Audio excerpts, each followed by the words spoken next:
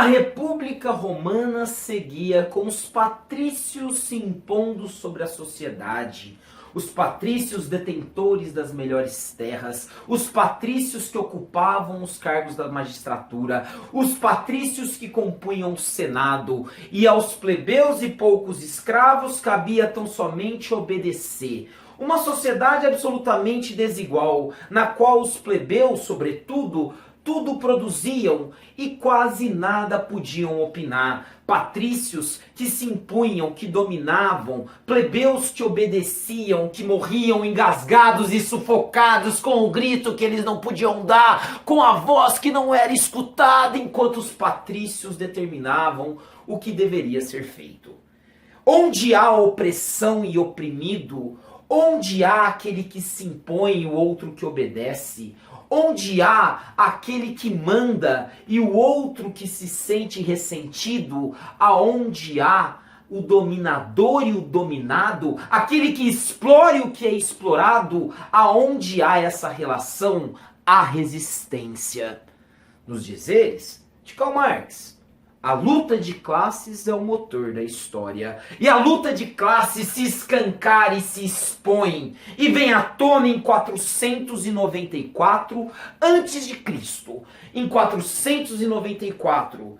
Talvez a primeira greve da história, a primeira paralisação da história. Uma grande mobilização de plebeus. Aqueles que trabalham, que ralam, que suam, que sujam, que produzem em Roma. Os plebeus fazem uma paralisação. Se diz inclusive que os plebeus se retiraram da cidade de Roma, que os plebeus saíram e abandonaram os patrícios à sua própria sorte, com as suas propriedades, com a sua cidade.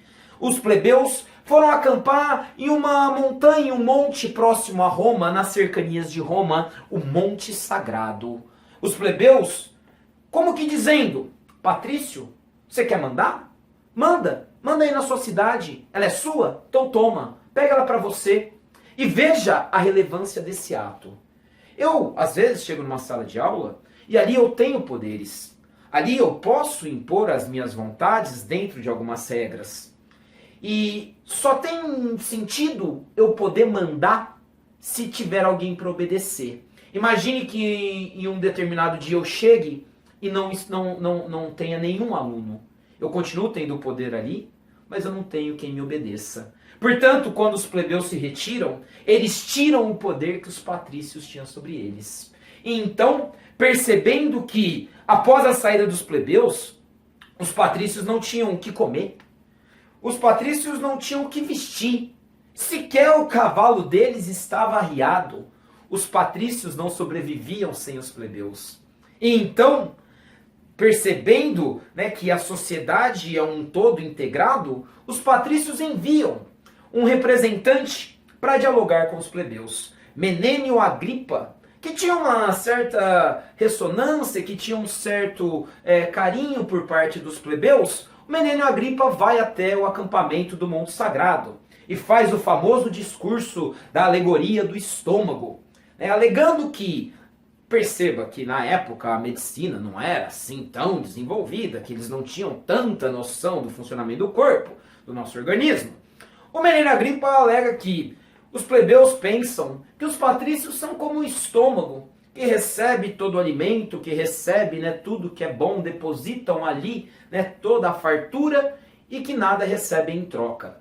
Mas que é o estômago o responsável por irrigar o corpo com os nutrientes e deixar com que todas as partes funcionem. E que, portanto, os patrícios são necessários na sociedade para que os plebeus continuem funcionando. Ele é um grande orador, consegue ali, de certa maneira, dialogar com os plebeus. E é interessante você perceber.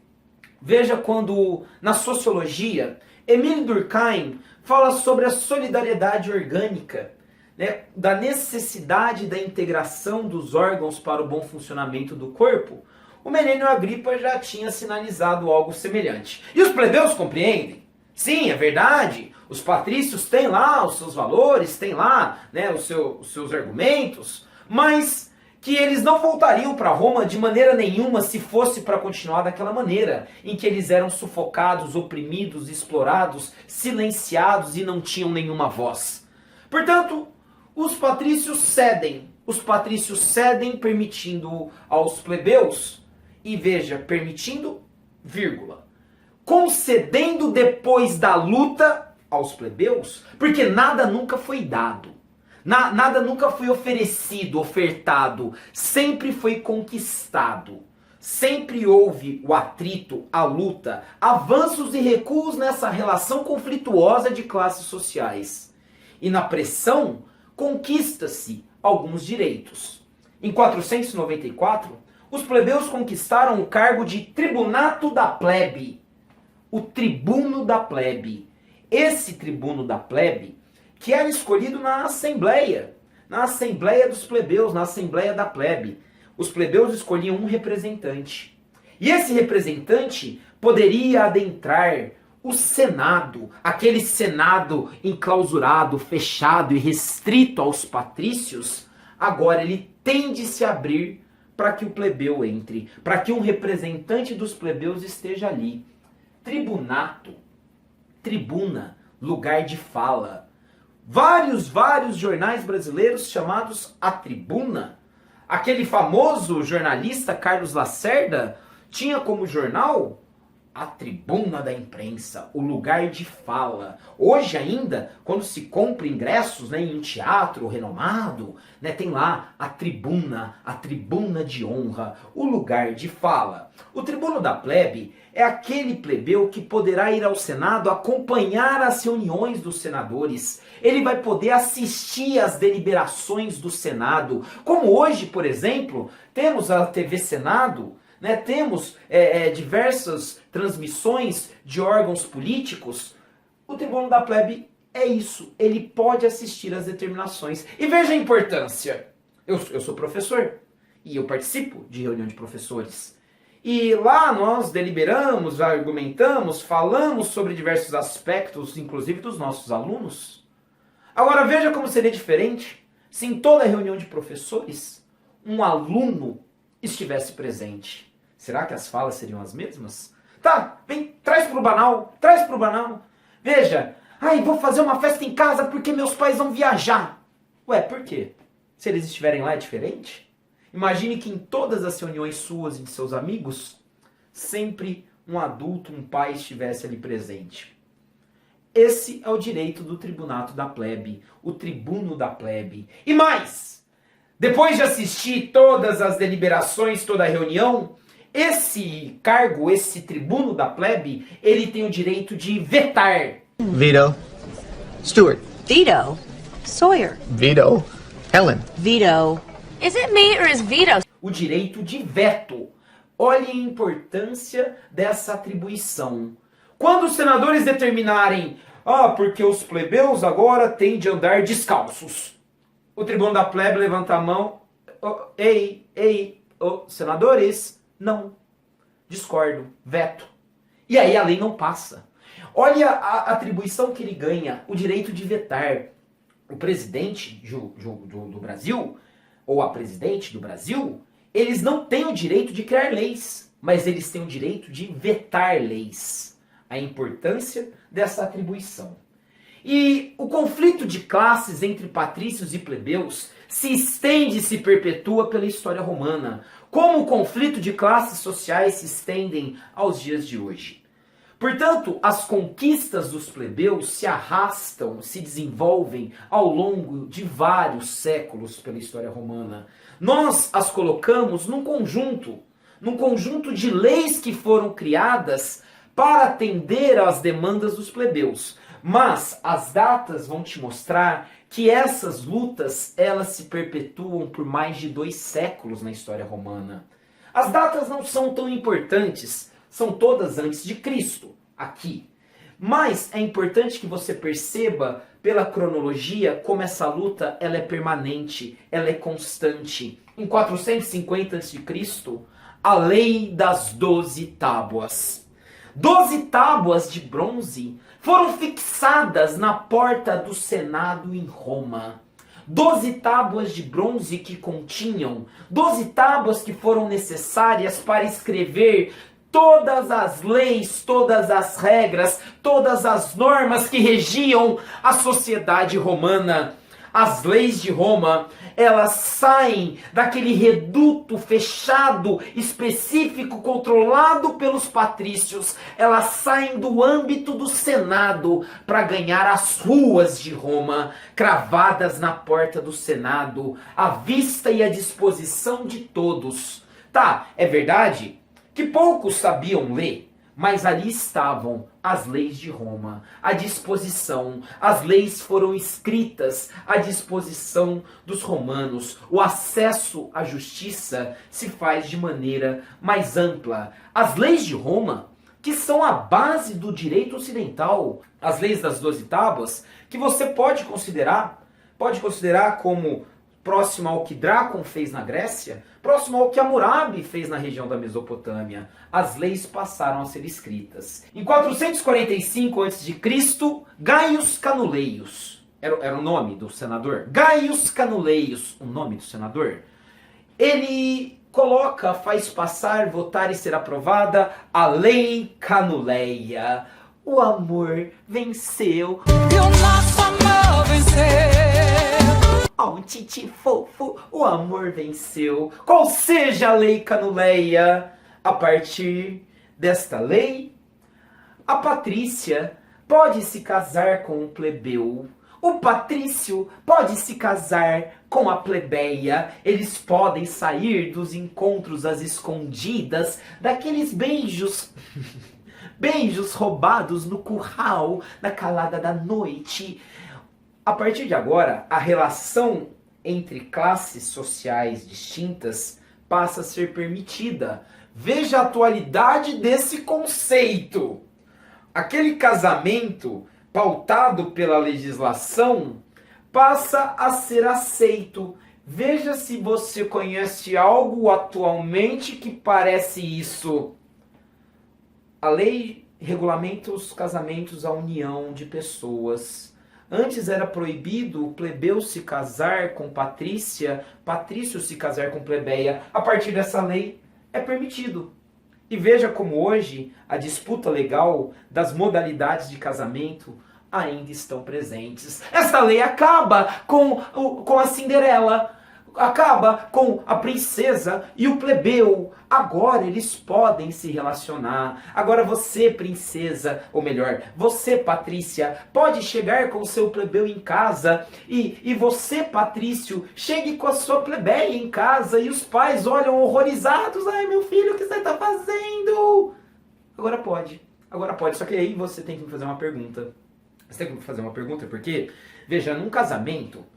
pelo menos no início, no princípio, o casal, né, eles acabam tendo uma atração maior, né, uma certa paixão, um certo fogo, e eles vão ter relações amorosas, íntimas, e é bem possível que a mulher engravide. E o filho desse casal misto, de plebeu com patrícia, de patrício com plebeia, o filho, o rebento, a criança que nasce, é de qual classe social? É possível você argumentar duas hipóteses. Uma, de que a criança siga a classe social do pai. Se o pai é patrício, o filho será patrício. Se o pai é plebeu, o filho será plebeu. Mas com o passar do tempo, nessa mobilidade, nesse dinamismo que é a República Romana, de transformações e de mudanças, camaleônica República Romana, a criança será considerada de uma outra classe social, uma nova classe social chamada de nobilita. Nobilita, os nobilitas, que são filho do casamento misto, são os misturadinhos de Roma, os nobilitas. Uma outra lei, 367, veja o lapso de tempo, as leis Licínias Sextia. Não é uma lei apenas, é um conjunto de leis. As leis Licínias Sextias, das que nos importam, e veja, são várias e várias leis ao longo da República Romana. Essas são aquelas consideradas pelos vestibulares, pelas provas. As leis Licínias Sextias trazem que, a partir de aqui, dos dois cônsules de Roma, um obrigatoriamente deve ser plebeu. Um cônsul patrício, o outro necessariamente plebeu. Portanto, os plebeus conseguem acesso ao cargo máximo do executivo romano. E mais do que isso, entre as leis Licínias Sextias, passa-se a permitir aos plebeus o acesso, ou seja, ter um certo direito ao ager publicus. Ao ager publicus. O que é o ager publicus? Terras que venham a ser conquistadas por Roma. Perceba que nesse período de transformações políticas, de mudanças sociais, o exército romano está dando vazão ao seu ímpeto expansionista. E o militarismo, arraigado no espírito romano, começa a se expandir pela região da Península Itálica. Roma começa a alargar as suas fronteiras, submeter e dominar outros povos. Nesse processo de conquista de terras, é passada uma lei em que as terras a serem conquistadas, portanto, as terras públicas, as terras tomadas por Roma, o ager publicus é o nome que se dá para essas terras passam a ser permitidas também aos plebeus, pelo menos em lei. Ainda que na prática isso não se verifique, as terras a serem conquistadas devem ser também acessíveis aos plebeus. E aí percebo que eu estou encaminhando. Eu estou encaminhando que a guerra, a conquista, a expansão passa a ser de interesse também da plebe. Os plebeus, os soldados plebeus que compõem o exército, que lutam nas fileiras das legiões romanas, esses plebeus talvez comecem a se interessar muito mais por essas guerras. Talvez lutem com muito mais ardor, com muito mais valentia, com muito mais bravura, com muito mais vigor, porque aquelas conquistas talvez também sejam deles. Além disso, temos a Lei Poetélia Papíria. 326 a.C., a Lei Poetélia Papíria, ela encerra, interdita, anula, cancela o Nexum. O que é o Nexum? Nexum é o nome jurídico, é o termo erudito para escravidão por dívidas. A escravidão por dívidas, ela fica proibida a partir daqui. E perceba que a maior parte da escravidão romana até então se dava por dívidas. E agora ela fica proibida. Ai, mas eu emprestei para ele, ele não me pagou. Problema seu, próxima vez não empresta. Não vai mais escravizar por dívidas. E aí perceba o que eu estou encaminhando para você. Tá começando a faltar escravo em Roma. A escravidão por dívidas fica interditada. Como nós conseguiremos mais escravos? Pela guerra, pela conquista, pela expansão. Então a expansão territorial e a guerra passam a ser formas de buscar alternativas para a mão de obra escrava que começa a escassear. Há uma lei ainda relativamente importante, não aparece tanto nas provas, a Lei Ogúnia, que no acesso aos cargos religiosos, no acesso ao sacerdócio, para se tornar um sacerdote que realiza os rituais, os ritos, as cerimônias, os sacrifícios de animais, porque tinha sacrifício de animal em Roma, não de seres humanos, mas de animal tinha. Para se tornar um sacerdote, antes somente os patrícios poderiam ser sacerdotes. Agora, a partir da Lei Ogúnia, os cargos religiosos passam a ser abertos também aos plebeus. Perceba, são quase 2 séculos, 2 anos de luta, de conflito, de conquistas, que os plebeus conseguem ter maior acesso à cidadania, à cidade de Roma. Tudo isso, obviamente, restrito aos plebeus do sexo masculino, tá? As mulheres, tanto patrícias quanto plebeias, elas eram alijadas, elas eram excluídas dessas formas de participação de cidadania. E, para encerrar, a última lei que é cobrada nas provas, a Lei Hortência. A Lei Hortência cria um dispositivo político muito importante que existe até os dias atuais. O plebiscito. O plebiscito era uma decisão tomada na Assembleia da Plebe. E o plebiscito era uma decisão que os plebeus determinavam valor de lei. O plebiscito era uma decisão da Assembleia de Plebeus que tornava-se lei. Veja a trajetória das conquistas plebeias.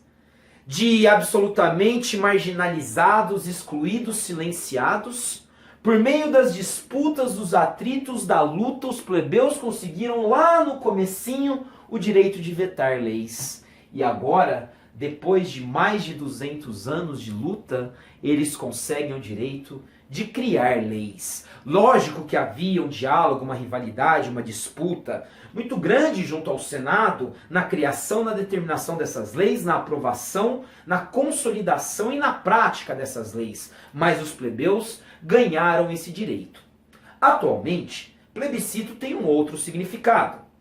Atualmente, plebiscito é quando há uma consulta popular sobre uma determinada lei muito polêmica que está para ser criada.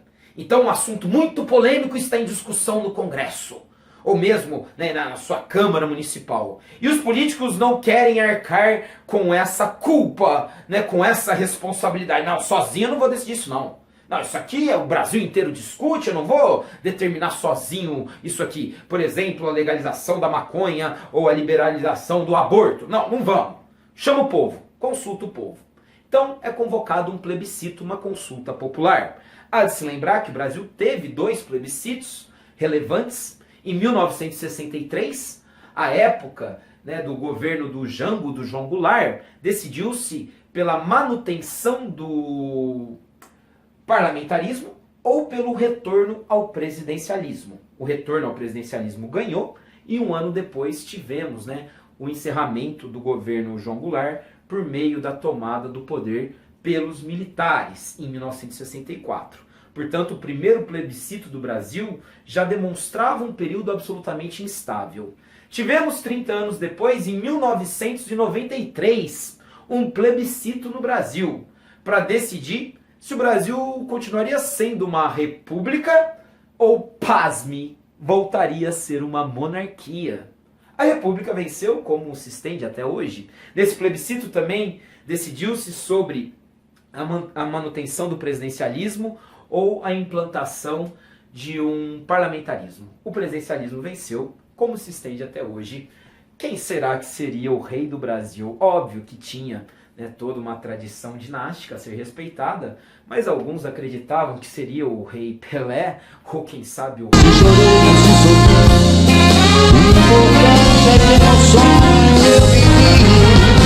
rei Roberto Carlos. São tantas emoções. Há no Brasil também um outro dispositivo de consulta popular, diferente do plebiscito, chamado referendo. O referendo é uma consulta popular que se faz após a criação de uma lei. O plebiscito é antes da criação da lei. Após uma lei ser criada, uma lei muito polêmica, que se considera não foi tão bem debatida, que ainda carece de mais justificativas, convoca-se o povo para referendar, para autorizar, para confirmar que aquela lei deve ser instituída. O referendo mais relevante que tivemos no Brasil nos últimos tempos, em 2005, após a criação do Estatuto do Desarmamento, foi feita uma consulta popular. E o povo argumentou que o Estatuto do Desarmamento não deveria ser implementado da maneira como tinha sido criado, sofrendo então muitas alterações para que ele entrasse em vigor. Essas conquistas dos plebeus em Roma, essas conquistas da plebe romana, fez com que os plebeus se tornassem cada vez mais parte de Roma, se sentissem cada vez mais identificados com Roma. Veja, às vezes você entra aqui na escola do vestibular e eu te trato mal, te ignoro, não dou voz, não dou ouvido às suas reclamações, acho que você não tem a mínima importância para mim. E aí você sai aqui do site dizendo: ai, a escola do vestibular não presta, eu odeio a escola do vestibular. E aí você encontra um colega na rua e fala assim: ai, porque na minha escola é legal, e a escola do vestibular que você faz é um lixo. Aí você fala: é um lixo mesmo, eu odeio aqueles caras. Agora veja, você chega aqui na escola do vestibular e nós te acolhemos, sorrimos e te escutamos. Você aqui é muito bem-vindo. Você aqui se sente bem, se sente em casa. Você se sente cada vez mais parte desse processo, dessa escola do vestibular, desse grupo. Veja que aqui você tem voz, você é escutado, você é atendido. Então quando você encontra um colega que chega e diz: Nossa, a escola do vestibular, sério? Você fala, é sério, não é bom pra caramba, e não fala mal da minha escola do vestibular.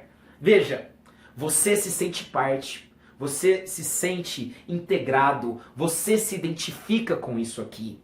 Então, os plebeus de Roma, cada vez mais representados, ouvidos, cada vez mais parte de Roma, percebem que eles também são Roma. É nesse momento que surge o dístico, o termo Senatus Populusque Romanus, SPQR, que hoje está presente, ainda hoje está presente nas ruas de Roma. Veja uma lixeira romana, uma lixeira de Roma hoje, a loba capitolina com Rômulo e Remo e SPQR, as tampas dos bueiros, SPQR, Senato Populusque Romanus, o Senado e o povo de Roma. O que é Roma?